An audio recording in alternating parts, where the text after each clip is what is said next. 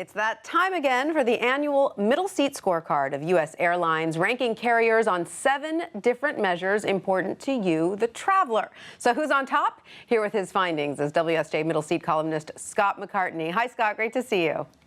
Great to see you, Tanya. So, Scott, airline service really is getting better. Where did you see the most improvement across the board, and where is performance high in general?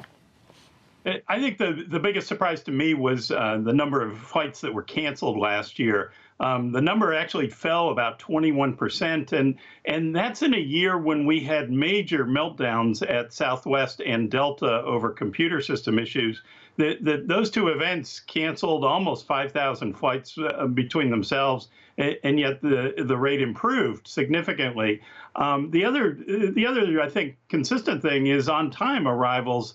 Airlines have really improved there, and we were over 80% in terms of on-time arrivals in 2016. Our numbers, we look at both mainline flights and regionals and internationals, so it's different from the Department of Transportation numbers, a much more accurate read on what travelers experience, and they've improved and really done well. That's great, so you can get where you're going to go on time. Now, Scott, which airline gets top marks? Drum roll, please. Drum roll, please. Alaska Airlines, again. It's the 4th year in a row for Alaska.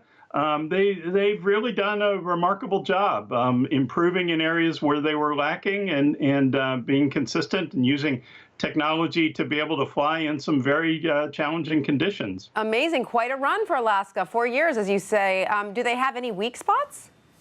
Yeah, it's interesting. So last year they were 8th out of 9th in baggage handling. It really stood out as a deficiency. Alaska actually took our scorecard, gave it to all of their managers in January at their meetings and said, look, we do very well, except we have this problem. And the company launched a huge top to bottom look, flight by flight, station by station, hour by hour look at where bags were being mishandled, made some changes, and they improved to 4th this year. See how important your scorecard is, Scott? It makes real changes in the industry. I love it. So, Scott, who came in second after Alaska? Delta, and Delta's really doing a phenomenal job with their operations. Delta really proves that you can be a big hub and spoke carrier and really perform well. They were second in on-time arrivals. They were first in the industry in the lowest rate of canceled flights. They canceled fewer than 1% of their flights.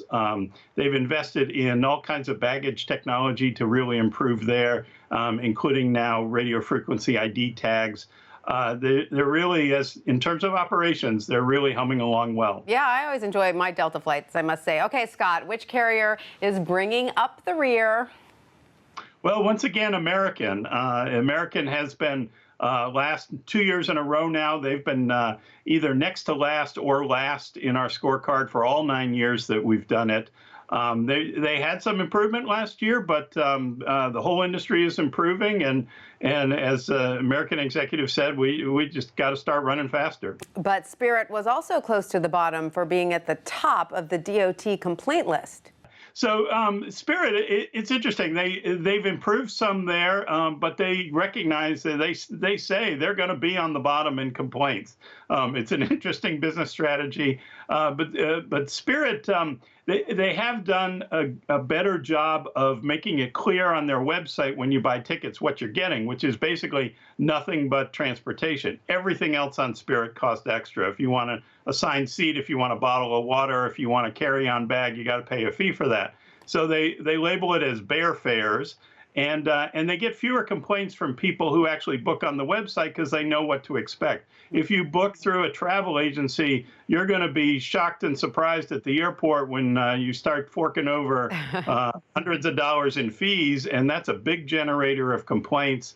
A third of their bookings come through travel agencies online and otherwise, and so Spirit's just resigned to being last. You got to go on a Spirit flight with your eyes wide open. Now, Scott, did you give a special mention award for most improved?